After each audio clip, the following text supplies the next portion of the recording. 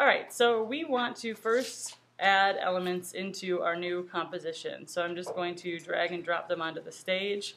I can quickly scale them by tapping S and just establish the position and size that I want for each object. And move them into the position I want. And I definitely want the logo as well. Okay. Now, I want to make these into 3D layers so that I can kind of have a depth going on, where maybe this image might be in the back as the background, so to speak. So maybe I'll make that scale to fit the screen. I might have these other elements that just are photographic. I've got the logo, and just for fun, actually, that's the movie of the same thing. I could add other things within this as well. We've just been adding footage so far that's been non-animated, but even video footage can be made 3D.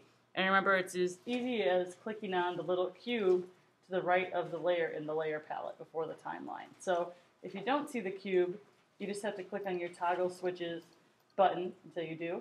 And then you just click in that little spot for each layer, and that will add the 3D element to it. Now remember, when you add the 3D element to it, you're not really rewarded by anything cool looking right away. In fact, the only difference that you're going to see is that a third number has been added to the scale and the orientation, because now you can affect things in the z-axis, which is the index coming towards you, whereas y is vertical and x is horizontal. Now typically when you work with 3D layers, you have to do a couple of things to make them worthwhile. One is we want to affect this Z number when it comes to the orientation, and then we can choose what has depth, like what's closer to the camera, so to speak, and further away. Now when you do that, you typically want to work with more than one camera view, so I'm going to click where it says one view and choose two views horizontal. That'll automatically give you a top view and then just your active camera view, which is the default. Currently, all of these flat two-dimensional objects are on the same plane, so they all just appear as a line when viewed from the top, just like a piece of paper. However, I can manipulate them by clicking on them and then either changing the numbers manually or dragging on that blue Z handle. So I'm going to tap S, because typically if you move something away from you, you have to make it larger to compensate for that. I'm going to click on the logo and bring that more towards the camera. And it's a little too close.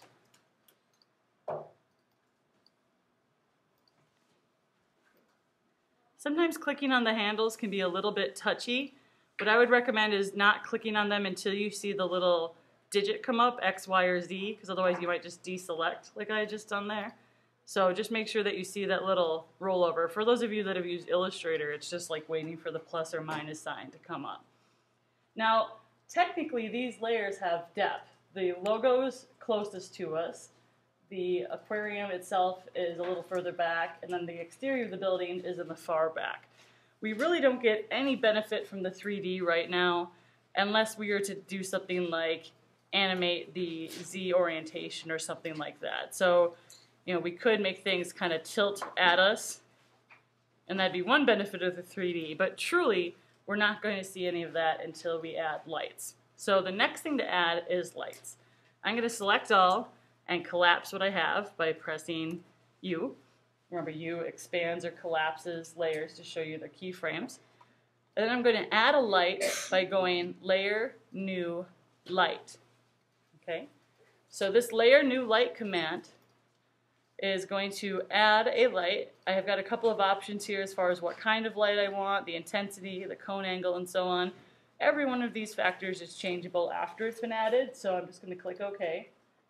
And you can see right away that it adds this light element that has the three axes on it.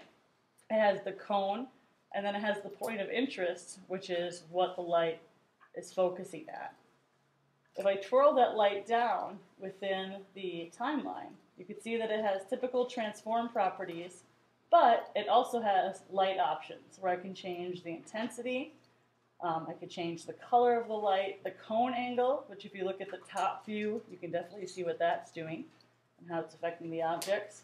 the feather, which is the softness of the edge of the light. I can also choose whether or not it casts shadows. That's probably the most crucial thing to have checked on.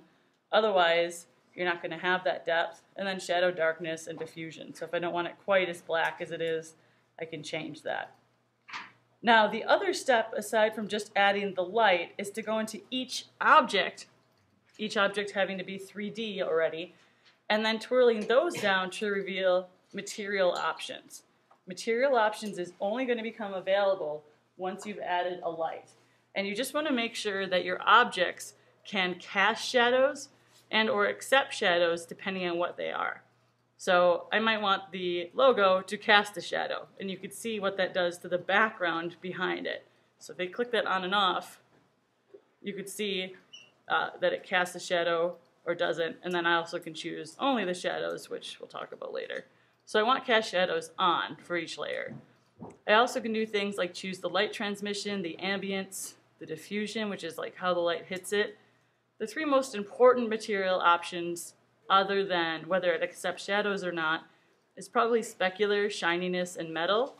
Specular, if you remember from your old drawing classes, is how the light kind of shines back at you, how reflective the thing is.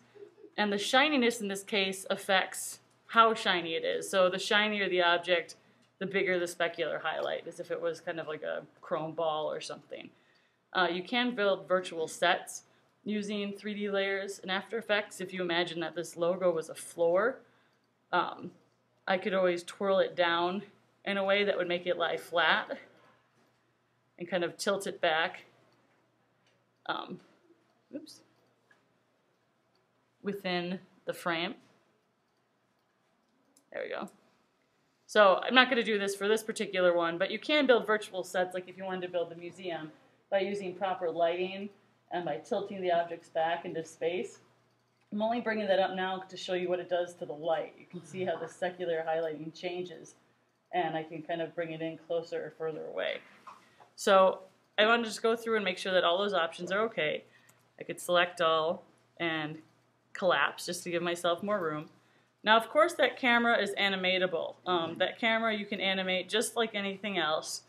It has a position attribute, so I can click on the stopwatch. Maybe I want to start here, move my playhead forward in time, and then maybe move where the light is. Maybe it zips past that and goes right through. Maybe it goes further back so it illuminates it. You know, I could have all these elements animated and so on. That is pretty much a review of what we covered in the last class. However, I wanted to add the addition of using a camera.